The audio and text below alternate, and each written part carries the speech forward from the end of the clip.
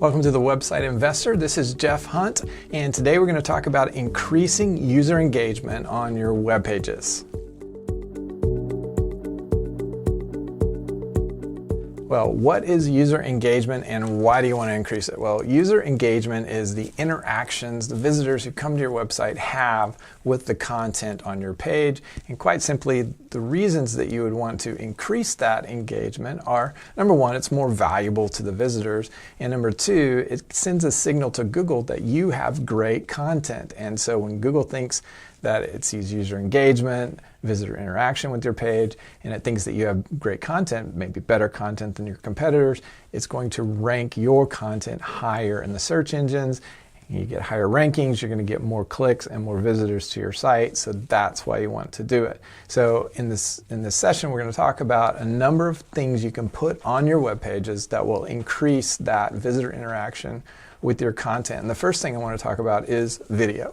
When I put videos on my pages and then I go look at a tool like Hotjar that tracks where people are clicking on my pages, how they're scrolling and so on, almost always I see that people are clicking that little arrow, that play button in the middle of the videos as a high percentage of visitors. So lots of people love to watch the videos and they may continue to scroll and listen to the videos and read the content at the same time, but many people click that, and so that increases time on page, and that's a signal to Google that you have better user engagement. Another one that I want to mention is audio.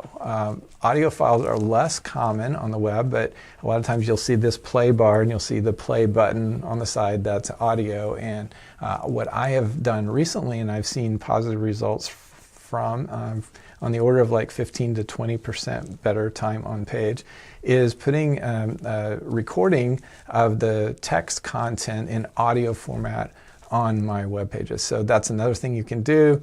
It takes 5 to 8 minutes to read the text of your article, record an audio file, and then add that as an audio file in WordPress. But that's a really easy thing that you can do. Another category is interlinking.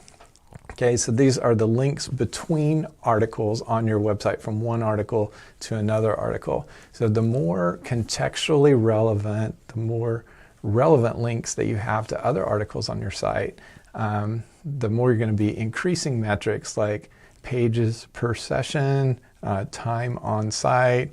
You're going to be improving the bounce rate. These are the kinds of metrics that Google has in mind when it's looking for user engagement with your content. And we're improving those with interlinking, appropriate interlinking between articles on our site.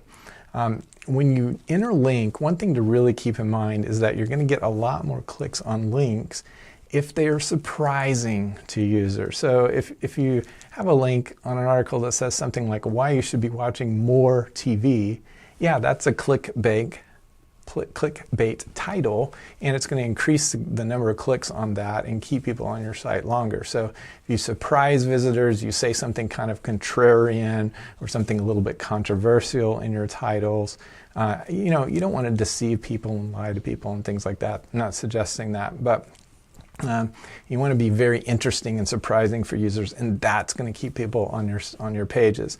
With respect to interlinking, obviously you can use WordPress plugins like related post plugins that will put kind of related links at the bottom of your articles or elsewhere if you adjust it in that way.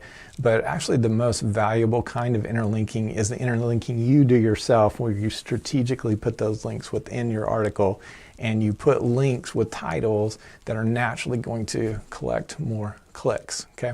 Another way that you can make your articles more engaging for users is the appropriate use of images. Again, like very plain, ordinary images aren't going to do a whole lot for you, but if you put kind of interesting images and you have more images, then it's going to tempt people to scroll down farther on your page and gaze at the images as they're going by, or sometimes click on the images to see what's behind the images. That's another important thing. One more item that maybe isn't as obvious, but is just article formatting itself. So if you break your paragraphs into smaller chunks, if you have more bulleted lists or more check-marked lists, if you have call-outs with quotes or definitions, if you have more titles and subtitles, all of those things both make your pages more attractive, but they also make your pages more inviting. In contrast, if you have just walls of text with all massive paragraphs and stuff like that, it's really psychologically intimidating to see a bunch of text like that, and it makes people arrive at your page and then immediately bounce off, see if they can find a page that's more appealing to look at. So you're going to have better user engagement metrics if your articles have better formatting, and so you definitely want to take advantage of that because it's so easy to do.